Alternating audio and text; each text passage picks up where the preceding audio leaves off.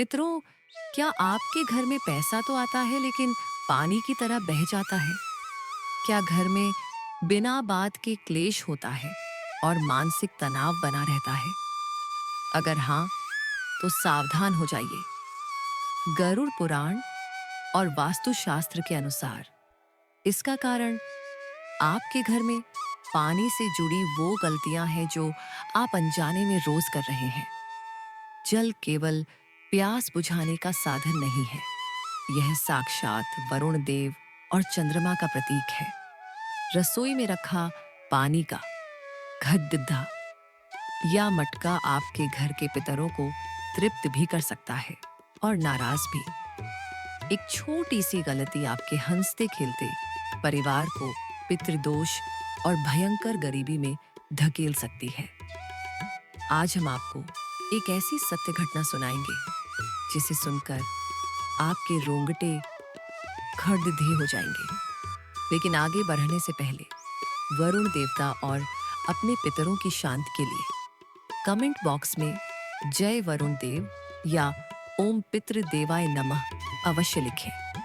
मित्रों, यह कथा रामपुर गांव की है, जहां एक बहुत ही प्रतिष्ठित व्यापारी जगन्नाथ जी रहते थे। उनका भरा पूरा परिवार था। उनका बेटा रवि और बहू सुमन शहर से पढ़ाकर आए थे। सुमन आधुनिक विचारों की थी। उसे पुराने रीति रिवाजों से कोई मतलब नहीं था। घर के बड़े बुजुर्ग हमेशा कहते थे, बहू, रात को रसोई में पीने का पानी कभी खुला मत छोड़ देना और झूठे बर्तन पानी के पास मत रखना। लेकिन सुमन इन बातों को दकियानूसी मानती थी।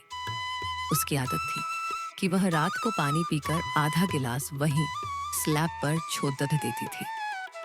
कभी कभी वह पानी के गड्ढे या आरओ के पास ही झूठे बर्तनों का ढेर लगा देती थी। इतना ही नहीं, सुमन को खड़दुद्धे होकर गटागट पानी पीने की बुरी आदत थी। सास के टोकने पर वह चिढ़ाकी की जाती थी। धीरे धीरे घर का माहौल बदलने लगा। रवि, जो कभी बहुत शांत स्वभाव का था, अब हर वक्त तनाव में रहने लगा। उसका मन किसी काम में नहीं लगता था। मित्रों, ज्योतिष में पानी का संबंध चंद्रमा यानी मन से होता है। जल का अपमान करने से मानसिक रोग होते हैं। उधर व्यापार में एक बड़ा घाटा हो गया। पैसा पानी की तरह बहना, कहावत उनके घर में सच होने लगी। घर में लगी नल की टोंटियां अक्सर टपकती रहती थीं, जिन्हें सुमन ठीक नहीं करवाती थी। टपकता हुआ पानी घर की बरकत को धीरे धीरे बहा ले गया। हालात इतने बिगड़ गए कि जगन्नाथ जी को अपना पुश्तैनी घर गिरवी रखने की नौबत आ गई। किसी को समझ नहीं आ रहा था कि अचानक यह ग्रहण कैसे लग गया। एक दिन तपती दोपहर में एक साधु उनके द्वार पर आए और उन्होंने आवाज लगाई, माई, बहुत प्यास लगी है, थोड़ा जल पिला दे। सुमन उस समय गुस्से में थी। उसने बिना मन के एक झूठे गिलास को बस खंगाल कर उसमें साधु को पानी दिया और वह भी खड़दे खड़दे ही साधु के हाथ में पकड़ दिया।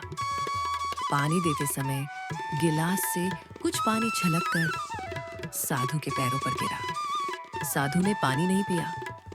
उन्होंने गंभीर होकर सुमन और जगन्नाथ जी की ओर देखा और बोले, जिस घर में जल का अपमान होता है, वहां लक्ष्मी कभी नहीं ठहरती।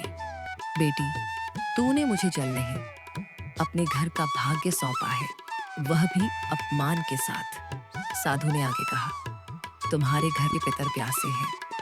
तुम रात को जो पानी खुला और झूठा छोड़ दहती हो, उसे ग्रहण करने से तुम्हारे पितर श्राप दे रहे हैं। जगन्नाथ जी के विनती करने पर साधु महाराज ने पानी से जुड़े 5 ऐसे नियम बताए जो हर घर को स्वर्ग बना सकते हैं। मित्रों, आप भी ध्यान से सुने। रात को पानी खुला ना छोड़ दे। रसोई में पीने का पानी कभी भी रात भर खुला नहीं छोड़ देना चाहिए। खुले पानी में नकारात्मक ऊर्जा, नेगेटिव एनर्जी जल्दी प्रवेश करती है। और गरुड़ पुराण के अनुसार रात को पितर घर में आते हैं।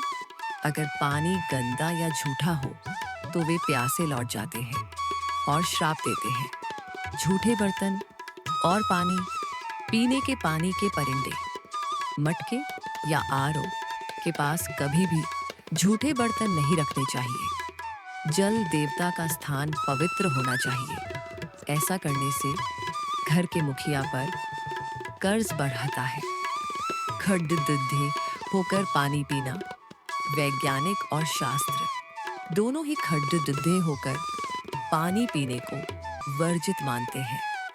खड्डदुद्धे होकर पानी पीने से घर में वात रोग, जॉइंट पेन बढ़ाते हैं और पैसा कभी टिकता नहीं है। हमेशा बैठकर और घूंट-घूंट करके पानी पिएं। टपकता हुआ नल, अगर आपके घर में कोई नल लगातार टपक रहा है तो समझ लीजिए आप गरीब होने वाले हैं। टपकता नल धीरे धीरे जमा पूंजी को खत्म कर देता है। इसे तुरंत ठीक करवाएं। मुख्य द्वार पर जल। साधु ने एक चमत्कारी उपाय बताया। प्रतिदिन सुबह उठकर घर की मुख्य देहरी पर लौटे से थोड़ा सा साफ जल छिदकना चाहिए। जिस घर की देहरी पवित्र होती है वहां मां लक्ष्मी दौड़ती चली आती है। सुमन को अपनी गलती का एहसास हुआ। वह साधु के चरणों में गिरकर रोने लगी। साधु ने उसे क्षमा किया और जल का सम्मान करने का वचन लिया। अगले ही दिन से सुमन ने घर के नियम बदल दिए।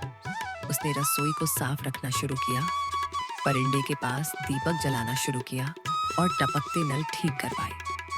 उसने प्रण लिया कि वह कभी पानी बर्बाद नहीं करेगी।